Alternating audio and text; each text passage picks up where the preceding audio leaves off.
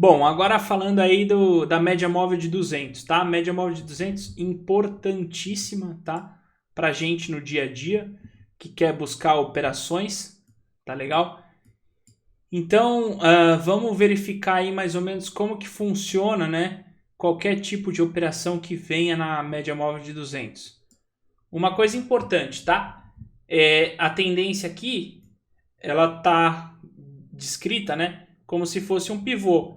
Mas pode acontecer do mercado já tá caindo aqui, tá caindo, tá caindo, tá caindo. E aí faz um pivô que sai da média móvel de 200. Lembra que quando a gente falou de média, tá? A gente falou que na média móvel de 200 tem uma espécie de região sombreada entre ela, tá legal? Então essa é a região sombreada entre a média móvel de 200. Então toda vez que eu vejo meus preços chegando próximo da média móvel de 200 ali, eu vou ficar de olho para quê? Olha, se tiver um pivôzinho indicando para mim que ele vai romper a média móvel de 200, no caso um pré-rompimento, eu já fico de olho para buscar um trade, tá? Se de repente ele vier mais atrasado, ele vai dar naquele pullback de pós. Então, veja, ele pode vir um pullback de pós-rompimento, que é quando ele já passa a média móvel de 200, faz o pullback e aí sai para romper. Ele pode vir no rompimento, então ele vem, espeta a média móvel de 200, faz o pullback, depois vai para romper. Ou ele pode ser pré-rompimento, que ele faz antes de romper a média móvel, ele já faz um pullback ali para querer romper a média móvel de 200. E por que a gente fica de olho nesse tipo de padrão aí no mercado? Justamente para a gente não correr o risco de entrar num ativo, tá? E ser estopado por conta de achar assim, rompeu a média móvel de 200 de fato. Muitas vezes ele pode não ter rompido a média móvel de 200 de fato. Então, para eu ter ideia se ele rompeu ou não a média móvel de 200, o ideal é eu esperar um padrão como esse para saber, olha, rompeu a média móvel de 200, tá? Então, desses três padrões, o mais forte seria o pullback no pós-rompimento da 200. Porque aqui, de fato, ele já cutucou a 200, já fez fechamentos acima da média móvel de 200 e agora ele está fazendo um pullback.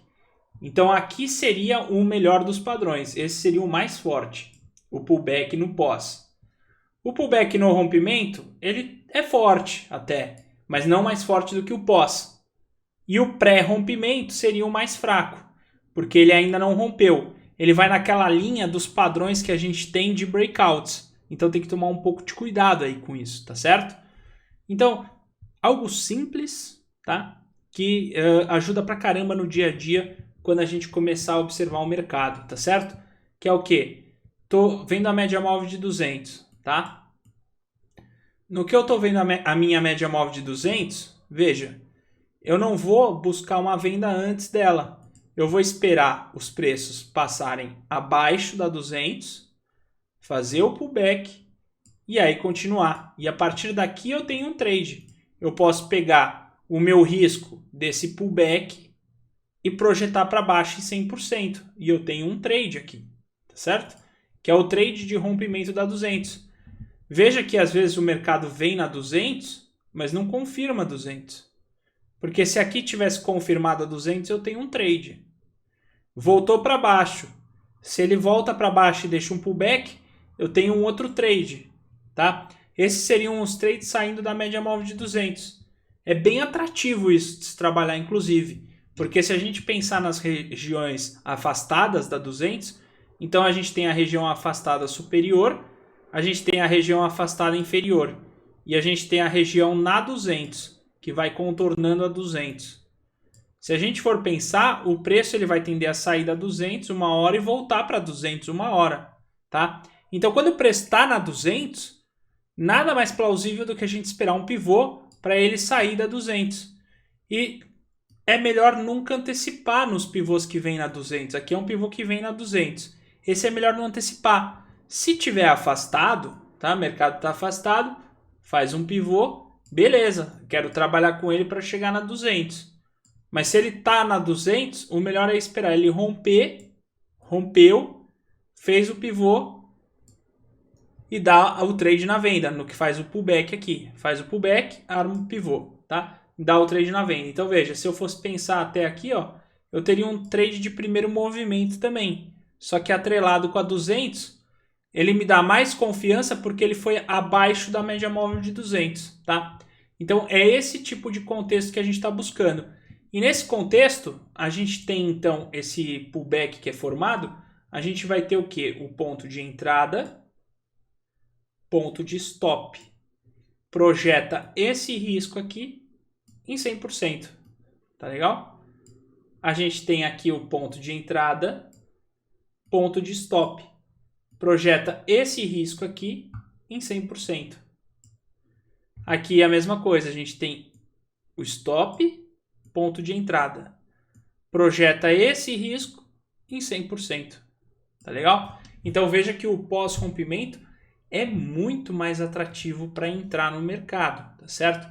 Esse seria um dos melhores aí para buscar a operação no dia a dia. Outra coisa com relação à média móvel de 200. A gente tem alguns eventos na média móvel de 200 que sempre chamam a nossa atenção, tá? Que é o caso quando você tem um gift na média móvel de 200. Esses gifts na média móvel de 200, tá? Eles podem mostrar para a gente um tipo de setup que a gente chama de armadilha de compradores ou armadilha de vendedores. O que seria isso? É toda vez que você tem um ativo que vai para cruzar a média móvel de 200, então você tem a sua média móvel de 200, tá? E aí você tem o mercado arrancando até a média móvel de 200. Ele vai lá, faz 1, 2, 3, 4 barras e de repente aqui ele deixa um gift. E aí você pensa, bom, deixou um gift aqui, tá? Eu vou buscar uma venda. Só que não, é uma armadilha. É uma armadilha. Se ele romper para cima, ele tende a continuar. E aí ele vai de desencontro com aqueles trades que a gente conhece de gift, né? Que a gente fala, olha, pode ser que fique exaustivo. Só que nesse contexto, pode não ser que fique exaustivo. Por que pode não ser que fique exaustivo? Porque ele está na média móvel de 200. Lembra que o ativo ele tende a sair da 200 e voltar para 200. Sair da 200 e voltar para 200. Essa é a tendência do ativo ao longo do tempo. Então, se você parar para pensar, de repente ele dá uma armadilha dessa, mas ele continua o seu movimento a favor que estava anterior. Então a gente tem que ter sempre isso em mente, porque isso pode acontecer no mercado e pode acontecer e muito, tá? Esse padrãozinho chama padrão de armadilha. E aí, nesse caso, a armadilha ela está localizada numa região importante. A região importante que ela está localizada é a média móvel de 200, tá? Ela pode estar localizada na média móvel de 200, pode estar localizada em regiões de suporte e regiões de resistência, tá certo? Então, esses seriam os setups aí para a média móvel de 200.